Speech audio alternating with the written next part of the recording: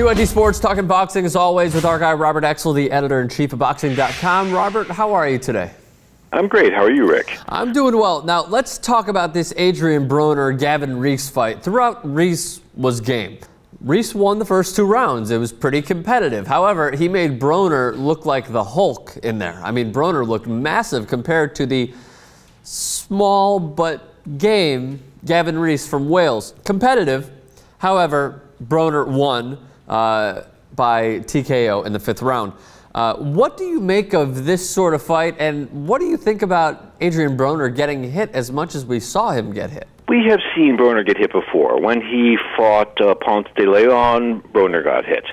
But as you say, the sort of size difference between the two, it looked like it was a grown man fighting a small boy. Nevertheless, the small boy, who would be Gavin Rees, fought really well in the first couple of rounds. I mean, I think by fight time he was like an 80-1 underdog, and he was nailing Rees. He wasn't hurting. He was nailing Broner. He wasn't hurting Broner, but he certainly was.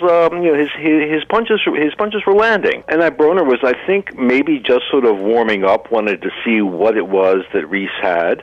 But it's surprising to see Broner lose rounds, even rounds against, especially rounds against a man as small and as much of an underdog as Gavin Rees. If you could compare and contrast the two, wouldn't you say that Broner is getting hit much more than Mayweather was at that age? Yes, I would say that. I think Broner is probably a less complete fighter than Mayweather was at that age.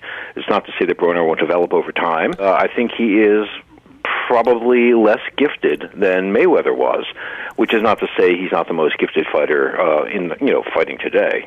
Now, obviously, a 5th round TKO win for Adrien Broner. They asked him after this fight, what do you think about Ricky Burns and a few others? And he said, he could say it confidently, he could say it in a cocky manner.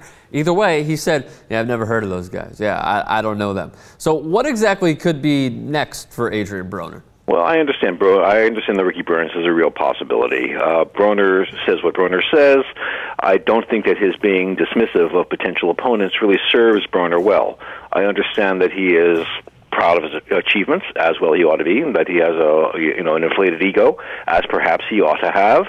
Yet, I don't think it serves him. There are a lot of old school boxing people out there, and I count myself among them, who really find that kind of jive unbecoming. Even Mayweather has learned to praise his opponents, especially after the fights. Tough fight, good fighter. Boxing may need Broner and may need people like Broner, but Broner would be better served from a public relations perspective, I believe, to clean up his act a little bit. We do have to remember is that this guy came from nothing in the slums of Cincinnati, Ohio. I am not justifying what he is saying about his opponents or about Gavin Rees or about anybody for that matter. I mean, he even put his arm around Gavin Rees and even said that it was a good fight.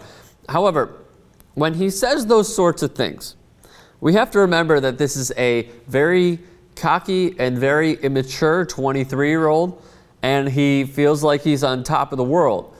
Mayweather still feels like that. Granted, you said that he praises his opponents. We should keep that in perspective. I'm not justifying it at all, but I am saying that maybe he'll grow out of it a little bit. Don't you think, Robert? I think it's very possible he'll grow out of it, and I think that if HBO may want to even encourage him to grow out of it.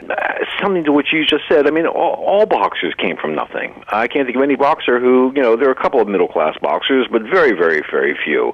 So all boxers have come from nothing, and all boxers are cocky. I mean, one needs to be extremely confident to climb up those steps and enter the ring, where a guy's trying to knock your head off. So it's really understandable.